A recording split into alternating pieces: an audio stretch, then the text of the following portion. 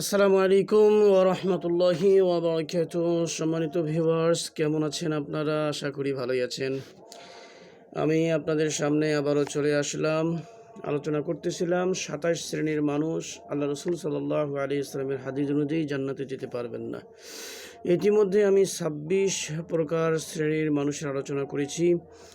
আজকে আলোচনা করব ২৭তম শ্রেণীর মানুষ। ২৭তম শ্রেণীর মানুষ হচ্ছে বিপরীত লিঙ্গ বেশ ধারণকারী। যে ব্যক্তি পুরুষ হয়ে নারীর বেশ ধারণ করে অথবা আবার নারী হয়ে পুরুষের বেশ ধারণ করে, এরকম বিপরীত লিঙ্গের বেশ ধারণকারী ব্যক্তি আল্লাহ রসুল সাল্লাল্লাহু আলাইহি ওয়াসাল্লামের হাদিস অনুযায়ী জান্নাতে যেতে পারবেন না। আল্লাহ রসুল সাল্লাল্লাহু আলাইহি ওয়াসাল্লাম বলেন, সালাসাতুল লা ইয়াদখুলুনাল জান্নাতা ওয়া লা ইয়ানজুরুল্লাহু ইলাইহিম ইয়াওমাল কিয়ামাহ। ৩ শ্রেণীর মানুষ জান্নাতে প্রবেশ করতে পারবেন না এবং আল্লাহ রাব্বুল আলামিন কিয়ামতের দিন তাদের দিকে রহমতের দৃষ্টিতে তাকাবেন না।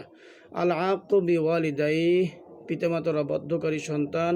ওয়াল মারআতুল মুতারাজ্জিলাতুল মুতাশাব্বিহা বিররিজাল, আর যে ব্যক্তি নারী হওয়া সত্ত্বেও পুরুষের বেশ ধারণ করে, পুরুষের বেশ ধারণকারিণী মহিলা। দায়ুস, এবং দায়ুস বেহায়াপনায় পরিবারের নারীকে সুযোগ দানকারী ব্যক্তি।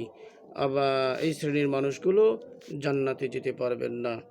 সুতরাং আমরা পিতামাতার অবাধ্য আচরণ করব না এবং ওরকম ব্যক্তি হব না যারা পুরুষ তারা নারীর বেশ সাদৃশ্য ধারণ করব না, যারা নারী রয়েছি তারা পুরুষের সাদৃশ্য ধারণ করব না এবং বেহায়াপনায় পরিবারকে সুযোগ প্রদান করব না। আল্লাহ রাব্বুল আলামিন আমাদেরকে আমল করার তৌফিক দান করুক।